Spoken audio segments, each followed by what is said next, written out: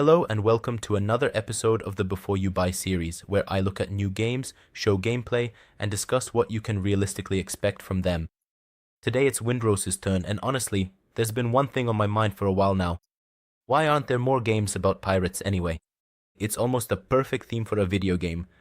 Open seas, ships, raiding trade routes, searching for treasure, expeditions on land, chaos in the ports, some skirmishes, a bit of adventure, Assassin's Creed 4.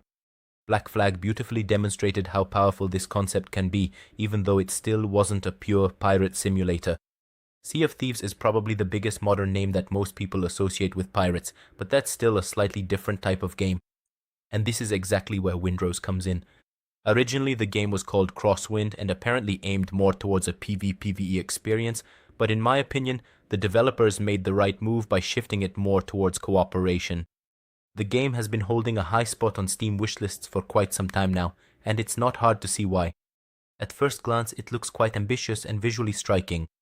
And when a new team and big ideas appear in projects that look like this, people naturally become a bit cautious. Especially in the early access space, you can never be sure whether there's actually a functional game behind it, or if it will all fall apart because the trailer looked better than the real thing. Fortunately, this isn't the latter case. Windrose is a real game. It works. It's not a glorified tech demo or a fake shell. It's just important to set your expectations right from the start, because if someone is expecting something like Black Flag without the assassins, or a full-fledged pirate action RPG ride, they might end up disappointed. In reality, Windrose is much closer to Valheim than to anything else. And I don't mean that as an insult, it's simply a survival game. A pirate survival game, and that's an important distinction because most of the time you won't be embarking on grand naval adventures or living out some pirate captain fantasy, but rather doing what is typically done in this genre. Gathering resources, building a base, crafting tools, weapons and armor, expanding your facilities and gradually progressing further. The pirate elements are there and they're not bad. Ship battles look good and sailing has atmosphere. And the whole thing has that sun-baked Caribbean vibe you'd expect from a game like this. But at least in its current version, all of this feels more like an add-on to the survival loop rather than the main attraction. So if you like survival crafting games and you're also into pirates, Windrose will probably catch your interest. But if you're looking for a game that's primarily about sailing, trading, raiding ports, managing your crew, and a grand pirate adventure, then I'd be more cautious. The game starts off rather weakly, and I think it's fair to say that. Even in the first few minutes, it's pretty clear that this is an early access title. The initial presentation feels rather cheap. The exposition uses white text on a black background, along with comic-style cutscenes that look more like something from a rushed tie-in game from the Xbox 360 era. In 2026, it comes across as quite outdated, and it's almost laughable compared to how good the game itself looks once you finally get into the gameplay. And that's what's so strange about it, because as soon as I enter the actual world, the game looks really good. After a brief introduction, I find myself on a deserted island, and the game throws me into a classic survival tutorial. Gather wood, grass, stone, craft your first tools, build a workbench, make a small shelter, start a fire, set your bed as a respawn point. All of this is already well known to anyone familiar with the genre, but even here, the game adds a few things that I liked. For example, the bonfire system, a large central fire that essentially serves as the heart of your entire base. You can build outside of its range, but everything within its reach counts toward the base's comfort. And that comfort is then influenced by various decorations and elements you build around it. It's a simple idea, but it works. At the same time, I like that the game also offers pre-built structures. If you have the right materials, you can quickly construct an entire finished building, which really speeds up the development of your base and is especially helpful at the beginning. However, the building tools themselves aren't completely without issues. They're functional, but they suffer from the classic problems of similar games. Long dragging of individual pieces, struggling with angles, poorly fitting ceilings, the need to assemble things from differently shaped parts because the system can't elegantly adapt walls, or automatically align elements the way you would expect from a newer game. It's not a disaster, but it's a bit old school in the less pleasant sense. On the other hand, the game does a pretty good job handling the actual gathering of resources. Compared to a lot of other survival games, I felt that Windrose doesn't punish the player with unnecessarily slow grinding at the start. There's plenty of wood, grass, and basic resources. Ore is often mined in large deposits, so when I do find some, I can gather a decent amount. Once I have a ship, wood pretty much stops being a problem altogether.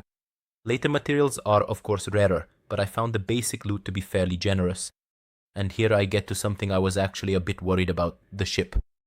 Because in a game like this, it can easily happen that the ship becomes a massive resource sink, that you're constantly dumping materials into it, crafting every single cannonball separately, and feeling like you spend more time repairing and resupplying than actually sailing.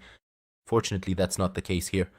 On the contrary, the ship is actually quite usable. It has a large cargo hold. Moving between the ship and the base is pretty convenient, upgrades aren't overly annoying, and even the repairs themselves don't feel like a punishment. Then I really appreciate the inventory management as well. I wouldn't say it's perfect, but it's definitely better than I expected. The game can automatically transfer items into storage. And what's important is that resources stored at the base can be used for crafting without me having to manually hunt for them in 50 different crates. And that's exactly the kind of quality of life detail that really helps in survival games. I hate when I have to spend 5 minutes looking for one stupid resource just because I put it in the wrong crate. Luckily, that's not such a pain here. The survival aspect itself is actually pretty mild, at least in the traditional sense. Hunger here mainly works as a source of buffs. I don't have to worry about thirst, and there aren't any overly hardcore penalties like your character completely falling apart just because you missed something. But that doesn't mean the game is easy. On the contrary, it can be pretty brutal, especially when it comes to combat. On normal difficulty, I died surprisingly often, especially at the beginning, just a few hits and I'm down. Even ordinary crabs or boars can tear you apart if you underestimate them. And at that moment I suddenly realized that combat is much more important than I expected. And here the game pleasantly surprised me, because for a survival crafting game, the combat system is actually pretty decent. It has parries, more readable attacks, and unblockable strikes that you have to dodge. Overall, it feels more thoughtfully designed than in many other games of this type where combat is often just slapped together. You can tell that someone really put thought into the combat here. That doesn't mean it's perfect. Sometimes it's a bit too punishing, especially when the game wants me to go into caves or clear out bandit camps. At that point, it's clear that some of the encounters were probably designed with co-op in mind. When I go alone, it can actually get unpleasant. Enemies swarm you all at once. Space is limited and the game is really after me. It demands a lot of precision. You can get around it. The enemy AI isn't anything special and can be exploited, but it's not exactly the kind of combat I'd enjoy in every situation. Still, it's true that for the genre, the combat is above average. The sailing itself looks nice, the water is well done, the ship feels good, and the overall atmosphere of the sea works. And yes, there are even sea shanties here, which will please anyone who still remembers Black Flag fondly. But this is exactly where we need to return to the main point. The pirate fantasy is still just a part of the game, not its absolute core. Sailing between points is mostly quite simple. Often, I'm just going from point A to point B. Naval battles are fun. They were probably what I enjoyed the most, but they're not particularly deep. I hardly ever deal with any complex strategy. I barely feel the wind at all.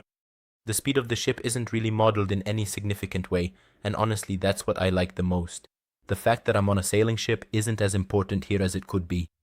Boarding is also still quite strange at this point. There's no stylish swinging over on a rope or anything like that. Basically, I just get transferred onto the enemy ship and watch as the AI awkwardly mingles there. And my crew more or less handles it on their own. This is exactly the moment where I feel the game needs further development. And here's an important thing. It's still in early access. And for an early access game, there's actually quite a lot here. This isn't a glorified alpha. There are 3 out of 4 planned biomes, an entire city, 4 factions each with their own rewards and quests, and plenty of content all around. Compared to some other survival launches, this is almost a surprisingly complete game. The problem isn't that there's too little content, the issue is more that a lot of things still need to be fine-tuned and really fleshed out. I feel like the foundation here is solid, and that's the most important thing. When a game is built on a solid foundation, it's much more likely to become a truly great game over time. It's worse when the core is bad, and the developers spend years trying to save something that never worked from the start. I don't think that's the case here. Windrose works, it just doesn't quite transcend its genre yet. So to sum it up, as a pirate simulation, Windrose is rather average for now. But as a survival crafting game, it's pretty solid. It has good systems, plenty of content, decent combat, a functional base, a more convenient inventory, and a nice atmosphere. It's just that, for now, you spend most of your time as a pirate doing survival things, rather than truly living out a grand pirate adventure. But for me, it's still a pretty easy recommendation for people who enjoy this genre and are looking for another cooperative survival game to dive into. But if you're here mainly for the pirate fantasy, I'd keep your expectations a bit in check for now.